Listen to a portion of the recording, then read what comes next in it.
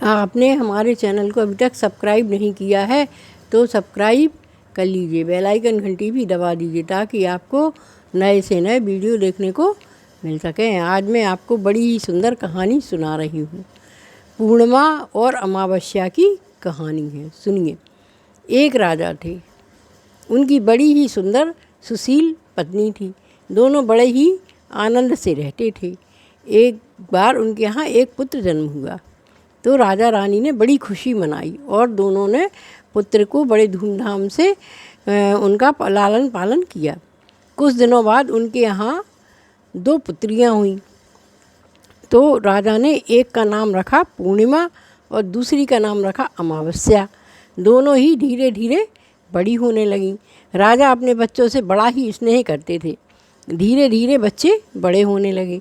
राजकुमार तो अपने राजकाज में बहुत निपुण थे और वह राज का काज बड़े आराम से देखने लगे। राजा बड़े खुश रहते कि हमारा राजकुमार बड़ा ही सुयोग्य है। लेकिन जो पूर्णिमा थी, पूर्णिमा क्या है कि उसको बहुत सीधी सादी थी। उसको भगवान के भजन में बड़ा अच्छा मन लगता था। वह शिव जी की बहुत अधिक भक्त थी। शिव पार्वती की पूजा करती और जहाँ कहीं भी उनकी शिव चर्चा होती वहाँ शिव पुराण सुनने पहुँच जाती और जो है घर का काम भी करती। धीरे धीरे वह बड़ी हो गई। और अमावस्या बहुत ही चंचल और घमंडी थी। वह कोई काम न करती। उससे कोई कुछ कहता तो वो कहती, अरे मेरे घर में इतने सारे नौकर चाकर हैं, मैं राजकुमारी हूँ, मैं काम क्यों करूँ। धीरे धीरे बच्चे बड़े हो गए और राजा ने राजकुमार का विवाह बड़े धूमधाम से कर लिया। तो बहू आ गई घर में। बहू के आते ही घर में चहल पहल हो गई।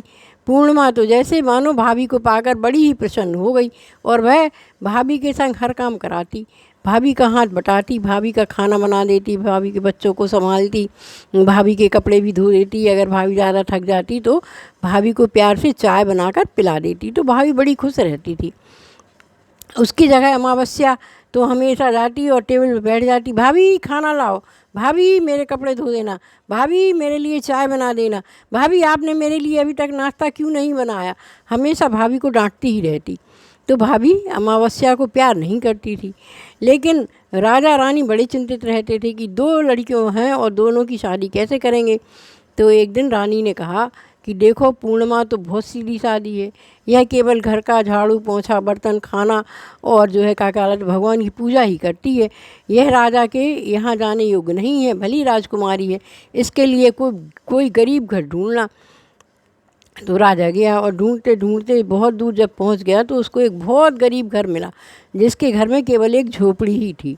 तो उसने कहा कि चलो हम पूर्णिमा के लिए शादी तय कर देते हैं। और उसने जो है जब लड़के को देखा तो बड़ा ही अच्छा था और उन्होंने पूर्णिमा की शादी तय कर दी। लौट के आए तो राजा रानी ने कहा कि अगर हो सके तो दोनों के लिए लड़का देख लो, तो एक ही उसमें मंडप में शादी कर देंगे तो दोनों खुशी खुशी रहेंगी। उन्होंने कहा ठीक है। तो राजा फिर उसी गांव में पहुंचे और वहाँ के राजा जो थे उनके यहाँ भी एक राजकुमार था। तो राजा ने उस राजा से बात की और राजा जो है उसकी लड़की से शादी करने के लिए तैयार हो गया। तो राजा अमावस की शादी भी उसी गांव में राजा के बेटे से तय करे आया। अब देखो, एक के लिए गरीब घर ढूंढा और एक के लिए राजकुमार ढूंढा। राजा आया, राजा ने अपनी पत्नी को बताया। पत्नी बहुत खुश हो गई, बोली अच्छा है, दोनों की शादी एक संग ही कर देते हैं। और एक ही दिन बारात आई और एक ही दिन शादी हो गई। अब राजा ने उसमें भी भेदभाव किया। जो राजा का कुंवर था उसको तो बहुत धन दौलत, हाथी घोड़े पालकी सब कुछ दे दी और जो गरीब था उसको कुछ भी दान नहीं दिया, थोड़ी सी बस सामग्री देकर खाने की और उसको विदा कर दिया। पूर्णिमा को बहुत दुख हुआ, बोले राजा ने इसमें भी भेदभाव कर लिया, मुझे कुछ भी नहीं दिया। वह अपने घर पहुंच गई। घर में एक झोपड़ा ही तो था, बस उसने उस झोपड़े को झाड़ा पोंछा साफ स्वच्छ किया, अच्छा लीपा पोता, बड़ी अच्छी सफाई करी तो वह झोपड़ा ही सुंदर महल सा चमकने लगा। अब दोनों पति पत्नी आराम से रहने लगे और अपने माँ बाप की सेवा करने लगे। बहुत दिन हो गए तो एक दिन अमावस्या ने सोचा कि हम जो है अपनी बहन को नीचा दिखाएं और उसने जो है हर चर्चा रख ली, भागवत का आयोजन कर लिया और पूरे गांव में कहियाई मायके भी खबर भेज दी कि सब लोग हमारे यहाँ भागवत पुराण है, सब लोग आ जाना। तो सब पहुँच गए और पूर्णिमा के घर वह नहीं गई बुलाने। तो मोहल्ला वालों ने कहा कि भाई देखो तुम्हारी बहन के यहाँ इकट्ठा हो रही है, तुम क्यों नहीं जा रही हो। पूर्णिमा बोली मेरे बहन ने मुझे बुलाया ही नहीं है। तो सबने कहा अरे कथा में क्या बुलाना, चलो। तो उसने कहा ठीक है, वह चली गई। तो जैसे ही अमावस्या ने देखा तो वह मुंह फेर कर कहने लगी, अरे फटी साड़ी में मेरे घर क्यों आ गई हो, मेरी नाक क्यों कटा रही हो। ठीक है आई गई हो तो एक कोने में बैठ जाओ, किसी से मत कहना कि मैं इसकी बहन हूँ, और मेरे घर की तरफ भी मत देखना, तुम्हारी तो निगाह ही ख़राब है, मेरे घर को नज़र लग जाएगी। तो उसको बहुत दुख लगा पूर्णिमा को। वह चुपचाप बैठी रही, भागवत सुनती रही। अमावस्या ने सबको भोग दिया लेकिन पूर्णिमा को भोग तक नहीं दिया। पूर्णिमा अपना समूह लेकर घर वापस आ गई। बहुत अधिक दुखी थी। बहुत दुख के कारण उसको क्या हुआ कि उसको अपनी भाभी की याद आ गई। उसकी भाभी ही तो एक थी जो उसको स्नेह करती थी, क्योंकि वह भाभी के काम में हाथ बटाती थी, इसलिए भाभी उसको बहुत स्नेह करती थी। तो उसने अपने पति से कहा कि एक रात तुम अपने बच्चों और माँ बाप को देख लेना, मैं मायके होके आ रही हूँ, मेरी आत्मा बहुत दुखी है, भाभी से मिलाऊंगी तो मुझे थोड़ी शांति भी हो जाएगी। उसके पति ने कहा ठीक है चली जाओ। तो वह चल ली। थोड़ी दूर पहुँची तो उसे एक तुलसी का पेड़ मिला। तुलसी का वृक्ष था तो वहाँ एक डोकरी भी बैठी थी, बहुत तेज धूप थी। वह डोकरी कहने लगी, बहन बेटा हमारा ये देखो तुलसी का वृक्ष सूखा जा रहा है, इसमें एक लोटा जल डाल दो और इस जो है चबूतरे को साफ़ कर दो। उसने कहा ठीक है। तो वो गई तो जल्दी से एक लोटा जल लाई और बढ़िया चबूतरा साफ़ करा और एक लोटा जल तुलसी में चढ़ाया, तुलसी की पूजा करी और डोकरी माँ से बोली, माँ आप भी नहा लो, हम आपके लिए एक बाल्टी पानी ला देते हैं। माँ को भी नहला धुला दिया, उनके कपड़े धो के डाल दिए, उनको नए वस्त्र पहना दिए। तो उसने कहा बेटी कहाँ जा रही हो। बोली मायके जा रहे हैं। बोली लौट के मिलते हुए जाना। उन्होंने कहा ठीक है। चल दी। अब आगे चली तो शंकर जी का मंदिर मिला। तो शंकर जी के मंदिर में भी एक बुढ़े बाबा बैठे थे 80 साल के। अब भगवान तो उनको दर्शन देने के लिए आए थे, लेकिन कौन पहचान सकता है भगवान को। तो उन्होंने भी कहा कि बेटा कहाँ जा रही हो। उन्होंने कहा हम मायके जा रहे हैं। उन्होंने कहा बेटा बहुत गर्मी है, मुझे नहला दो। तो उन्होंने कहा ठीक है। और वह गई 2 बाल्टी पानी लाई, उन्होंने बुढ़े बाबा को नहला दिया, उनके वस्त्र बढ़िया नए पहना दिए, उनके कपड़े धो के डाल दिए और कहने लगी बाबा उठो आपका चबूतरा भी साफ़ कर देते हैं। तो उनने शंकर जी की पिंडी को भी साफ़ कर दिया और चबूतरा भी साफ़ कर दिया। भोले बाबा बड़े प्रसन्न हो गए। और आगे चली तो काली माई मिली, वहाँ पार्वती माँ बैठी थी। उन्होंने कहा बेटा कहाँ जा रही हो। उसने कहा कहीं नहीं, मैं मायके जा रही हूँ। उन्होंने कहा अच्छा मायके जा रही हो, तो लेकिन मेरा ना बहुत दिनों से 9 दुर्गा चल रही है, सब लोग पूजा तो कर जाते हैं लेकिन कोई ने भी आके इस मंदिर को साफ़ नहीं किया, ज़रा मंदिर साफ़ कर दो। मैं बोली अभी करे दे रही हूँ। वह गई झट से 2 बाल्टी पानी लाई, मंदिर की साफ़ सफाई की, देवी जी का 16 श्रृंगार कर दिया, उनको पूरा हल्दी चंदन चावल रोड़ी लगा दी, उनको पुष्प चढ़ा दिए, बढ़िया पूजा कर दी, आरती का दीपक जला दिया। बोली माँ आपको भी नहला दो। उन्होंने कहा नहला दो। तो काली माँ को भी नहला दिया और नहलाने के बाद उनको नए वस्त्र पहना दिए और आगे चल दी। आगे चली तो गंगा जी मिल गई। तो गंगा जी बोली का है बेटा कहाँ जा रही हो। अरे बोले कुछ नहीं, मायके तक जा रहे थे भाभी से मिलने। उन्होंने कहा बेटा हम अभी थोड़ा सा एक काम करो कि सब लोग आते तो हैं, गंगा जी की पूजा तो करते हैं लेकिन पूजा पाठ को साफ़ कोई नहीं करता, इस पाठ को साफ़ कर दो। उसने कहा अभी कर दे रहा माँ। तो उसने जल्दी से पाठ साफ़ कर दिया और बोली गंगा माँ आप भी नहा लीजिए। अरे बोले पाठ इतना गंदा रहा तो मेरी इच्छा ही नहीं हुई नीचे जाने की। बोली कोई बात नहीं, हम 2 बाल्टी पानी ला देते, आप भी नहा लीजिए। वह गंगा जी से 2 बाल्टी पानी लाई और उसने पानी लाकर माँ को नहलाया, उनके कपड़े धोए, उनको नए कपड़े पहनाए और उनको अच्छा श्रृंगार करके और चल दी। जैसे थोड़ी आगे बढ़ी तो फूलों की एक नाव आ गई। तो माँ बोली इसी में बैठ जा बेटा। तो वह उसमें बैठ के और गंगा पार हो गई, उस तरफ पहुंच गई। भाभी घर पहुंची। भाभी ने कहा अरे पूर्णिमा, अरे दीदी तुम कैसी आ गई, मैं बहुत दुखी हो रही थी, मुझे आपकी बहुत याद आ रही थी और आज मुझे देर भी हो गई, मैं खाना भी नहीं बना पाई, आप अच्छी आ गई। उसने कहा कोई बात नहीं भाभी, दोनों मिलके बना लेते हैं। उसने जल्दी से भाभी का खाना बनवा दिया, बिल्कुल किचन साफ़ करवा दी, उनके बच्चों को नहला धुला के अच्छा बढ़िया तैयार कर दिया और जो है दोनों भाभी नंद गप्पे करती हुई सो गई। सुबह हुई तो नंद बोली भाभी हम जा रहे हैं। पूर्णिमा ने कहा अब हम अपने घर ससुराल जा रहे हैं। तो भाभी कहने लगी देखो तो यहाँ तक आई हो तो कैसे चली आओगी खाली हाथ, ये अपने साड़ी उतार दो और मैं लाल रंग की नई साड़ी आपके लिए लाई थी वो पहन लो। तो उसने नई लाल साड़ी पहन ली, नई लाल चूड़ी पहन ली और भाभी उसका श्रृंगार कर दी, पूरी टीका महावर मेहंदी सब लगा दी, उसको तैयार कर दी और कहने लगी आप देखो पूर्णिमा आप कितनी सुंदर लग रही हो, हमारी ननद कितनी सुंदर है। तो उन्होंने कहा हाँ भाभी ठीक है। और बस वो उसने कहा अरे नंद घर जा रही हो तो बच्चों को भोजन ले जाओ, थोड़े वस्त्र ले जाओ। तो बोली ठीक है भाभी दे दो। तो उसने एक थैले में बच्चों के लिए वस्त्र और भोजन रख दिया। नंद ने अपनी पुरानी साड़ी उसी में रख ली और चल ली। रास्ते में पहुंची तो वही फिर उसको फूलों की नाव मिल गई, तो वह उसमें बैठ गई और बैठ के गंगा पार आ गई। तो जैसे ही गंगा पार आई तो गंगा मैया मिली। अरे बोली कहाँ से आ गई? उन्होंने कहा मायके से आ गई हूँ भाभी से मिल के। तो बोली ऐसे ही चली जा रही हूँ मुझसे छिप के, लो ये एक थैला मैं देती हूँ ले जाओ। तो उसने कहा हाओ गंगा मैया। उसने गंगा मैया से थैला लिया, उनके चरण छुए, उनका आशीर्वाद दिया और चल ली। रास्ते में चली तो फिर उनको काली माँ का मंदिर मिला। तो माँ बोली अरे पूर्णिमा तुम मुझसे मुँह छिपा के कहाँ जा रही हो? बोली कुछ नहीं जल्दी में हूँ क्योंकि मुझे देर हो रही है, बच्चे भूखे होंगे। तो उनने कहा अरे रुको रुको एक थैला मैं दे रही हूँ तो ले जाओ। तो उसने कहा माँ हाथ तो दो ही हैं। तो उन्होंने कहा नहीं कोई बात नहीं किसी तरह इसको ले जाओ। तो उसने कहा याद आई कि मैं पुरानी साड़ी लाई थी। उसने अपनी पुरानी साड़ी निकाली, उसकी झोली जैसी बनाई और उसमें उस थैले को बांध लिया और टांग लिया, चल ली। रास्ते में चली तो फिर उनको शंकर जी मिले। अरे बोले कहाँ जा रही हो पूर्णिमा, मुझसे मिले?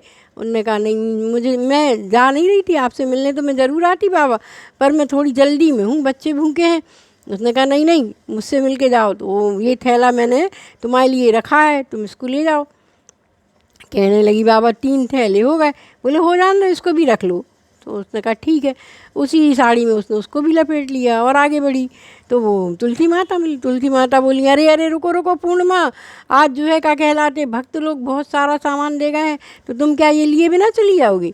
उसने कहा नहीं माँ नहीं, आपका आशीर्वाद लिए बिना कैसे जाऊँगी। उसने भी एक थैला दे दिया, उसके पास 5 थैले हो गए। वह घर आई और बच्चे चिल्लाने लगे माँ आ गई माँ आ गई। उसने कहा हाँ हाँ रुको बैठो सब लोग हाथ मुँह धो के आओ, मामी ने तुम्हारे लिए बढ़िया बढ़िया पकवान भेजे हैं। तो बच्चे आ गए। उसने जल्दी से माँ भाभी का थैला खोला और सब बच्चों को पकवान खिला दिए। सास ससुर को भी खिलाया, पति ने भी खाया, सब लोग बड़े खुश हुए और नए नए कपड़े सबको पहना दिए। अब जो है पति कहने लगा तुम तो लाल साड़ी में बड़ी सुंदर लग रही हो। अरे बोले भाभी ने पहना के भेजा है। तो पति खुश हो गया। अब कहा चलो भैया पहले गंगा मैया का थैला खोलते हैं। जैसे ही उसने गंगा मैया का थैला खोला तो उसमें अपार सोना चांदी भरा था। तो वो कहने लगी कि लो गंगा मैया ने तो हमें सोना चांदी दे दिया, अब क्या करें? पति बोले कोई बात नहीं इसको खर्च करो। और दूसरा फिर उसने काली माँ का थैला खोला तो उसमें पूरा अचल सुहाग भरा था, मेहंदी महावर सब चूड़ी चुन्नी सब थी। अरे बोली इनने तो हमको पूरा सुहाग दे दिया अपना। पति बोला चलो अच्छी बात है, उसने रख लिया और आगे बढ़ी। तो उसने जो है शंकर जी वाला जब थैला खोला तो वह बड़ी खुश हुई। उसमें शंकर जी के थैले में तो जो है बहुत अच्छा सामान रखा था। सो उसने कहा अरे वाह, ये तो भोले बाबा ने हमें हीरे मोती दे दिए और इसमें भस्मी भी है भोले बाबा की, जो मैं भोले बाबा को रोज़ चढ़ाऊँगी। और उसने हीरे मोती भी रख लिए। अब चली तो उसने जो है उनका थैला खोला जो है तुलसी माता का। जैसे ही तुलसी माता का थैला खोला तो उसमें से अन्न धन निकला, खूब सारा दाल चावल आटा गेहूँ सब धान निकला। तो वो बड़ी खुश हुई, बोली हमारे घर में तो अब धन धान की कभी कमी नहीं रहेगी। उसने 5 थैले खोले। बहुत दिन हो गए, कहने लगी पति से कि क्या करें हम भी भागवत करवा लेगा। बहन ने करवाई थी तो सबको बुलाया था, हम भी करवा लेते हैं। अच्छा सुंदर महल बन गया था उसका। उसने कहा हाँ करवा लो। तो उसने भी भागवत करवाई, माँ की खबर भेजी, पूरे गांव में खबर भेजी, अपने मायके में पूरे गांव में खबर भेजी और बहन के यहाँ भी गई। बोली बहन हमारे यहाँ भागवत कथा है, आप भी आ जाना, शिव पुराण भी है, शिव जी की चर्चा भी होगी। तो वो कहने लगी ठीक है आ जाएंगे। आई तो उसने देखा कि पूर्णिमा का वैभव तो हमसे 10 गुना क्या 1000 गुना ज़्यादा है। तो उसको बड़ा बुरा लगा। तो कहने लगी बहन ये सब कैसे हुआ? बोले कुछ नहीं, हम भाभी के यहाँ मिलने जा रहे थे तो पहले मुझे तुलसी माता मिली, फिर एक जो है बुढ़े बाबा मिले, फिर काली माई मिली, फिर गंगा माई के यहाँ एक बुढ़िया बैठी थी और जो है फिर मैं भाभी के यहाँ गई तो ये नई साड़ी भाभी ने दी। तो आज तो मैं भागवत में इसी नई साड़ी को पहन के भागवत करवा रही हूँ। तो उसको बहुत दुख हुआ। वो कहने लगी ठीक है हम भी मायके जाएंगे। तो उसने कहा रुको रुको रुको भोग तो ले जाओ हैं। तो उसने कहा नहीं नहीं भोग वोग हमें कुछ नहीं जाना चाहिए, हम तो मायके जा रहे हैं। तो वह गई। उसने अपने पति से कहा कि तुम देखो आज बच्चों को देख लेना, रात को मैं सुबह जल्दी आ जाऊँगी, मैं मायके जा रही हूँ। कहा ठीक है। चल दी। रास्ते में तुलसी माता का पेड़ मिला तो तुलसी माता ने कहा, बेटा बहुत धूप है और मेरी तुलसी सूख रही है, इनमें 1 लोटा जल डाल दो। तो कहने लगी, वो दिखता नहीं मैं 5,000 की साड़ी पहनूं, तुमको क्या मैं नौकरानी लगती हूँ? मेरे पीछे पीछे देखो कितने सारे नौकर चाकर आ रहे हैं। तो उन्होंने कहा, हाँ बात तो सही है। आगे बढ़ गई। फिर उनको शंकर जी मिले बूढ़े बाबा के वेश में, तो उन्होंने भी यही कहा, तो उसने वही उत्तर दे दिया। फिर और आगे चली तो काली माई मिली, तो काली माई को भी उसने वही उत्तर दे दिया अमावस ने। तो काली माई ने कहा, ठीक है बेटा। फिर गई तो गंगा जी मिली, तो गंगा माँ ने कहा, बेटा घाट साफ कर दो। अरे बोले, देखो दिख नहीं रहा तुम्हारे हमारे संग 10-10 नौकर हैं, हम क्या घाट साफ करने वाली दिख रहे तुम्हें? उन्होंने कहा, ठीक है। तो नाव आई, नाव कांटों की आई, तो उसको खूब कांटे लगे और पाँव में उसके खूब घाव हो गए। पर जाना तो था ही मायके, रोते गाती भाभी के यहाँ पहुँच गई। भाभी ने देखा तो भाभी कहने लगी, अरे ये कहाँ से आ गई, ये तो कुछ काम नहीं करती और रात में आ गई। इतनी रात में इसका मन का भोजन बनाओ, इसको कुछ दो तो ये साड़ी नहीं चाहिए, वो साड़ी नहीं चाहिए, ये नहीं चाहिए, वो नहीं चाहिए, ये नहीं आती तो अच्छा रहता, इसकी जगह तो पूर्णिमा आ जाती। तो भाभी ने कहा, ठीक है आई गई है। तो उसने खाना बनाया, उसने मुंह बिचकाते हुए उस खाने को खा लिया। भाभी ने जब जाने लगी तो बोली, भाभी तुमने पूर्णिमा को तो थैला दिया था, हमें थैला क्यों नहीं दिया? अरे भाई बोली, तुम इतनी सुकुमार, तुमको थैला दे के हम क्या करेंगे? तुम कैसे ले जाओगी? तुम जाओ, हम भिजवा देंगे नौकरों के हाथ। तुमने कहा, ठीक है। आगे चली तो फिर वही कांटों वाली नाव आ गई, जैसे तैसे उस पर चढ़ी और आ गई लौट के। तो गंगा माई ने कहा, आ गई? उन्होंने कहा, हाँ तो गए हैं, आप हमें थैला नहीं देंगी? बोली, हाँ तुम सुकुमार थैला का ले जाओगी, थैला तुम्हारा हम घर भेज देंगे। बोली, ठीक है। और आगे चली तो काली माई मिली, बोली, आ गई? उन्होंने कहा, हाँ आ गए। उन्होंने कहा, माँ तुमने पूर्णिमा को थैला दिया था, मुझे थैला नहीं दोगी? बोले, तुम सुकुमार का ठेला ले जाओगी, तुम्हारे घर पहुँचा देंगे। उन्होंने कहा, ठीक है। और आगे चली, शंकर जी मिले। उन्होंने कहा, क्या हमें थैला नहीं दोगी? उन्होंने कहा, नहीं, तुम सुकुमार कैसे ले जाओगी, हम तुम्हारे घर भिजवा देंगे। ऐसी तुलसी माता ने कह दिया। वह रोती गाती पड़ती, पैरों में तो घाव थे। घर पहुंची तो उसके आंगन में 5 थैले रखे थे। उसने सबसे पहले भाभी का थैला खोला, देखा तो उसमें चिथड़ा भरे थे। उन्होंने कहा, देखो तो हमें भाभी ने चिथड़ा दिए, उसको इतनी लाल सुंदर साड़ी 10,000 वाली दी। कुछ नहीं बोली। दूसरा थैला खोला जो गंगा माँ ने दिया था, तो उसमें बहुत सारी गंदगी भरी थी, जो घाट की गंदगी थी वो भर दी थी पूरी माँ ने, तो उसने उसको भी रख दिया। फिर उसने कहा, चलो काली माई का खोलते। काली माई का खोला तो उसमें काले काले चिकटे चिकटे वस्त्र रखे थे, उसने वो भी रख दिया। शंकर जी का खोला तो उसमें जो है क्या कहलाते, भभूति भस्मी भरी थी मुर्दों की, उसने उसको भी रख दिया। और जैसे ही उसने उनका खोला तुलसी माता का, तो उसमें मट्टी पत्थर पड़े थे, उसको भी रख दिया। बलड़ती हुई पहुंच गई पूर्णिमा के यहाँ कि तुम्हारे लिए तो माँ ने ऐसा दिया और हमारे लिए तो कंकड़ पत्थर दे दिए। तो उनने कहा, तुमने जाके सबको अपना घमंड दिखाया था और मैं तो गरीब थी, तो मैंने सबकी सेवा की थी, तो मुझे सबने बदले में उपहार दिया था। अमावस को अपनी गलती का एहसास हुआ।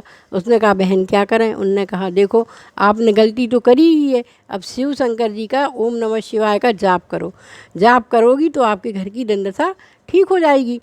अमावस के घर जो था वो भी समाप्त हो गया था।